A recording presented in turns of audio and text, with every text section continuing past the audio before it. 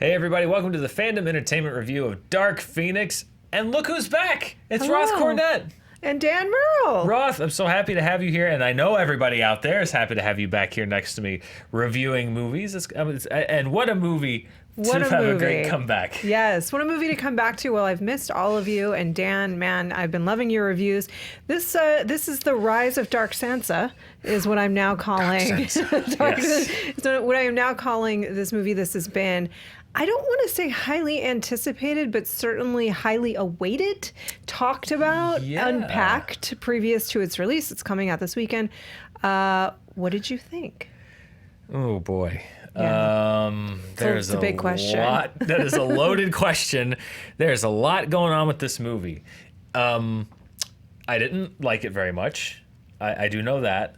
There is the first 20-25 minutes I was actually pretty on board with. Yeah. In the sense that they're going for a tone in the beginning that seems like it might work for what they're doing. But as the movie goes on, it very much does not work for what they're doing. I felt like as the movie grew, it lost focus. It lost complete focus on what was going on. It starts off as a pretty team-centered movie about Professor X and Mystique, Raven, and Jean Grey, and what's going on with her, and Cyclops, and as it stays focused on that kind of X-Men centric feel, it was working okay for me. But then things just start ballooning out of control. Magneto's brought in for no reason other than they need Magneto. Other than they want to put Michael Fassbender in the movie, and you bring in Jessica Chastain, who. Nothing about that character makes any sense whatsoever, really, in context of the movie. And then they just start adding layers on layers on layers on layers. And then much like Fantastic, they reshoot the third ending. Yes. And what was kind of a weird movie that you're like, I don't know what's going on, becomes a complete mess by the end of it. I agree. There's the problem for me in the movie, and I agree. I was in the movie for about the first, I would say, 10 to 15 minutes. Mm-hmm. I thought, okay, so they're really focusing in on this story of, rightfully so, this girl who is reconciling herself to great power, and they added an element of trauma. And repressed trauma, which I thought was sort of interesting as a layer. But then they also added in a lot of layers to the movie that never got fully explored, about Charles's hubris, about Magneto's kind of reformation, but then he kind of immediately backtracks and then reforms again very quickly, depending on what the plot needs him to do. The Mystique as a Raven as a character continues to be a complete anomaly. Doesn't make any sense. No. If she had earned the role that she plays in this movie in the other films, I think it actually would have been pretty meaningful and interesting. But it's like all of these characters are different people according to where the plot needs them to be at any given moment. And the person that is most deserved in the movie, who, by the way, was far better, I thought, in this movie, in this version of the character, than in Apocalypse, is Jean Grey. Yeah. She is a MacGuffin. She is a living MacGuffin for the movie. She has actually, for a story about somebody reconciling themselves to their own power, none of it is about her own power. All of it is about her being used or being sought after for a power that is not her own, which, again, what parts of the story are organic to the story or not, that's not interesting as a film. And Jessica Chastain's character comes in as a complete motivationless, but yet all of the motivation villain, so uninteresting to watch. Yeah. And it's, I don't know how this happened, because Simon Kinberg, who wrote and directed this movie, a first-time director, never directed a movie before, co-wrote the last Dark Phoenix story, which is The Last Stand, X-Men The Last Stand, which was not well received by critics. And I think part of making stuff is, even if you like something that you've done and you defend it or something, I think you need to be receptive to what other people think. That doesn't mean you have to think that they're right or you have to correct every little thing. But, I think there have been a lot of things brought up about X-Men The Last Stand, particularly in regards to why maybe it didn't quite work as a Dark Phoenix story 13 years ago. That not only does this movie make a lot of the same mistakes, it doubles down on some of those mistakes. It adds more to the pot, whereas a lot of the problem with the last story was already that it was too overstirred. That it was not central enough of a focus on the emotional core of the story, on Jean Grey and those characters and these people and what they mean to her. Cyclops written out of X-Men The Last Stand because James Marsden wanted to go do Superman Returns, which is fine. Cyclops is back in this movie. He's there, but again, almost completely sidelined again. It just seems like all of the stuff that you had a second chance. You had a second chance at this thing, and it's at a really interesting but hard to tell story. I just don't. I think it comes down to I understand that Simon Kinberg has a lot of respect in this X-Men circles and with Fox because he's been a producer on a lot of X-Men movies. He's written a lot of the X-Men movies. Some of them were good. Some of them I don't think were particularly good. But a lot of my issues with this movie were even apart from the thematic issues and the fact that it's scattered is just I could tell that it was a first-time director. Because there's a thing that these movies are ridiculous by nature.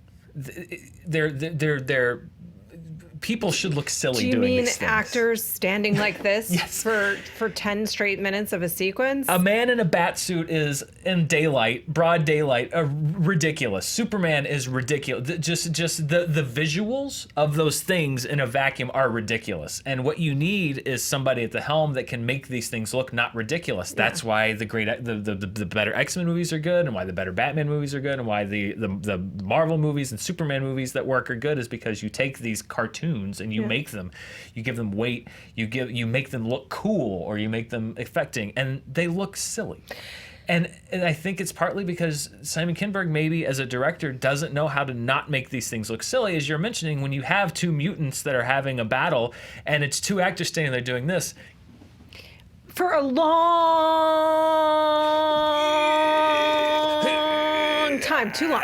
A little too long. You can make that not look silly, but I think you have to know how to shoot it, how to score it, how to edit it to make that not look silly. And there are a lot of moments in this movie that look silly, and I think because you don't necessarily have someone at the helm that is experienced enough to know how to construct this thing in a way that isn't ridiculous, because by all rights, they should all be ridiculous. It's also the other issue. I find this movie is very clearly stitched together and reconstructed a number of different times, which a little bit we know that, right? But it's clear in the text, right? Like it's clear in the film that that's what happened.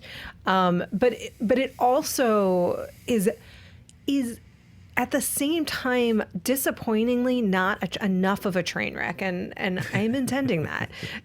Like it's toothless, It really, they had an opportunity here, and particularly with again what we know about the studio change and what's happening in the real world, to just go for it and have Jean. They don't commit to the turn that she makes. They don't commit to it. They could have done anything. They could have done anything, and they don't commit to it. They don't commit to anything, and that's where it's really aggressively meh at the end of the day. Aside from the messy elements of it, which are there, characters start and stop, storylines start and stop. There's too quick of a resolution to a lot of it, where they just sort of learn the life lesson in about 5 minutes, and it has no weight. But in addition to that, it's boring in the sense that she could have, I won't say what she does or doesn't do, or what the characters do or don't do, but they are completely declawed in this movie. Nothing really of enough weight happens to make it worth it. And some would argue, we'll talk about that later with certain events, but that to me was the ultimate disappointment. Like you know what's going to happen. Marvel Studios is going to come in here. They're going to take over everything. This is your last stand. Yes. This is your actual last shot. Do anything. Get crazy. Yeah. Unless Disney came in and made it neat, which I don't think that's what happened. No. I really don't. Yeah, for me, I mean clean. Right. Yeah. The greater failing in this movie is there's a lot of stuff in this movie that did not work for me. Really, just didn't work. Just sloppy. But even apart from that, I think what even is really more disappointing is that there are scenes in this movie that should work, that are written well, that you have actors that are doing their best to sell. This is not on the actors. No, this is not on the actors. I think that, Jennifer Lawrence has kind of been phoning it in as Mystique for a while, and I thought she's actually a little better in this more one. Here. She gave more. It may have been Harrison Ford Han Solo syndrome, where it's like, okay, maybe if this is the last one in this franchise, then if I don't have to do this again, then maybe I'll show up and do this because if Marvel comes in and wipes the slate clean, then I don't have to put on this dumb blue makeup anymore. Maybe that's what it is. Yeah. I don't know, but and even but there's stuff that should work well, that's written well, that seems like they're trying to perform it well, and it just comes down to having somebody at the helm that knows.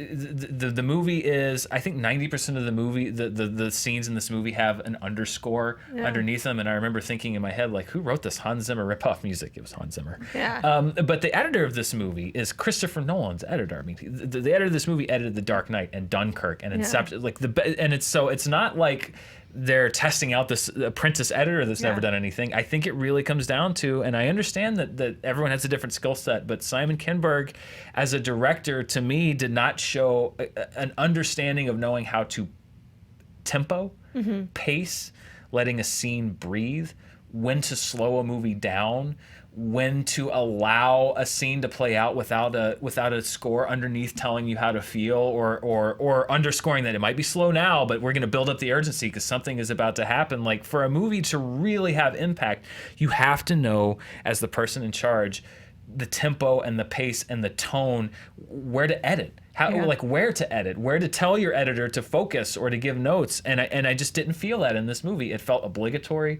It felt like it just didn't feel like it was given the care that it needed on just about any level. And it's disappointing because this is potentially the last time we're going to see this iteration of the X-Men, and they could have done some really crazy things. And instead, there are also some choices that are just baffling. They give their one F word to the last character in the world you would imagine would ever say it. And they do it. They do it to try and create an emphasis about how that character is, where he's at, where they're at emotionally. Sure. But it's ineffective because I think, again, like I love Sophie Turner. I think she's a great actress. Actually, I think she's really talented. But what this really gives short shrift to, besides imagination, creativity, setting, like creating a tone, all of that these are the most obvious choices you can make, right? But more than that is that I do think this is the last time we'll probably see these characters. And there is a really hollow sense of emotional resolution. There was opportunity all over the place to select how you were going to give appropriate emotional resolve to these characters that you've invested this time in. And it is wrapped up in a horrifically neat bow at the end that means nothing, because everything that they did in the film was not in service of who they were. It was in service of like nudging this disembodied power along. Jean has no autonomy. She's no agency in this movie at all. She is driven by forces outside of herself the whole time. So whatever happens to her is uninteresting and unresolved. But worse than that, the rest of the X-Men are equally moved around on, yes, a chessboard. You're right. That is maybe also one of the more disappointing things is in the modern era, meaning post 2000 and onwards, the X-Men franchise was the first. Blade came out and Blade was popular, but I mean, as far as like multiple movies, X-Men was the first modern superhero franchise of this iteration. The Bat franchise was dormant; it wouldn't come back till 2005. Superman was dormant at the time. Like the X-Men franchise really kicked off a lot of the modern era of superhero films. This was a chance. This is 19 years later, and this is the end of this franchise, and it has been a bumpy road. Yes. And there was a way, I think, to approach this movie to bring some sort of closure and finality to it. And yet, the X-Men franchise goes out the way that it has gone for decades, which is completely unbothered by what it's established in previous films, completely unbothered by any sense of continuity or finality or moving its characters forward in any meaningful way. I mean, the first two X-Men movies did that, and it seems like ever since then they forgot how to do it, with the exception of X-Men Days of Future Past, which should have been a clean start, and they made things 10 times messier following that. I mean, there was things established in X-Men Apocalypse about Jean Grey. Yes. That are ignored, and not small things. Like there was a big, if you haven't seen it, I'm not going to. There was a big revelation about Jean Grey at the end of X-Men Apocalypse that seemed to feed directly into this movie specifically. Yes. That is completely ignored, and as if it didn't happen, as if we're too stupid to have remembered this huge moment from the last film, and it all starts back over, as if we didn't know what. And so instead of sending the X-Men franchise out with some sort of finality, it's just as frustrating as almost every other film in this franchise. Except for the first 10 minutes that are the most interesting minutes of this movie. It does set up the idea that, look, whatever happens in the versions of the story that we love, it doesn't matter. For this movie, and coming from that movie, and I think the more interesting choice is that something that is already within you. Yes.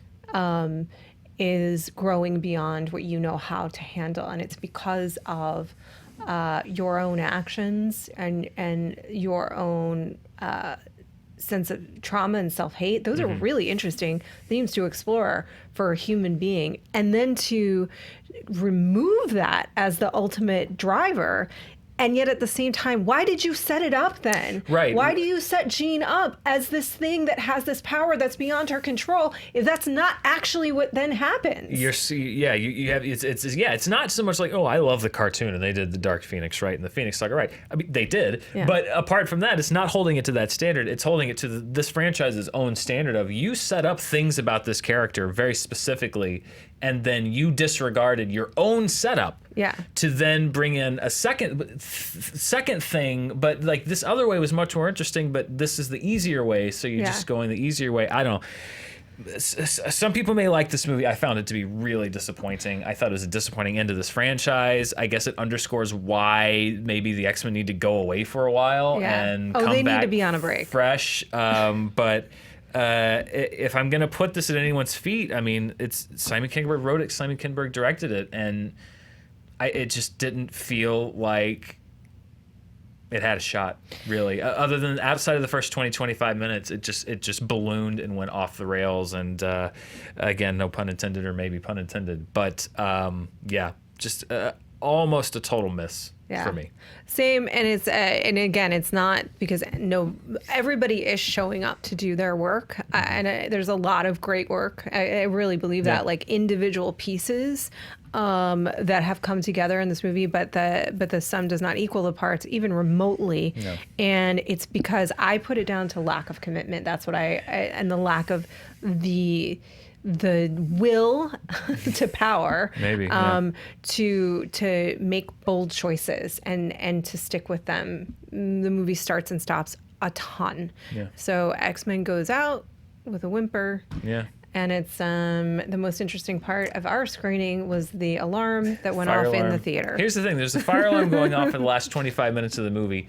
This is how cacophonous and overwhelming the third act of this movie is. No one noticed for 10 minutes. We just assumed it was part of the movie. And frankly, I thought that was the one moment that I was like, well, it's weird, but it's a pretty interesting choice. Nope. No. Well, there you have it. Not a recommendation for either one of us for our Dark Phoenix. What did you think? And if you're watching this when it came out, when this review was released, thanks for staying up late. Yeah. This is a weird embargo. It's 10 o'clock at night here in the California. We're both at home, I hope. Let us know what you think of Dark Phoenix when you see it. Maybe your hopes for the X-Men franchise were realized. Ours certainly weren't. And stay tuned. We have more reviews coming out as we get into the June part of the summer movie season. Toy Story coming up. Lion King in July. Spider-Man. Still a lot of big movies coming up. And the little ones that we try to come out and find for you as well. Thanks for watching. See you next time.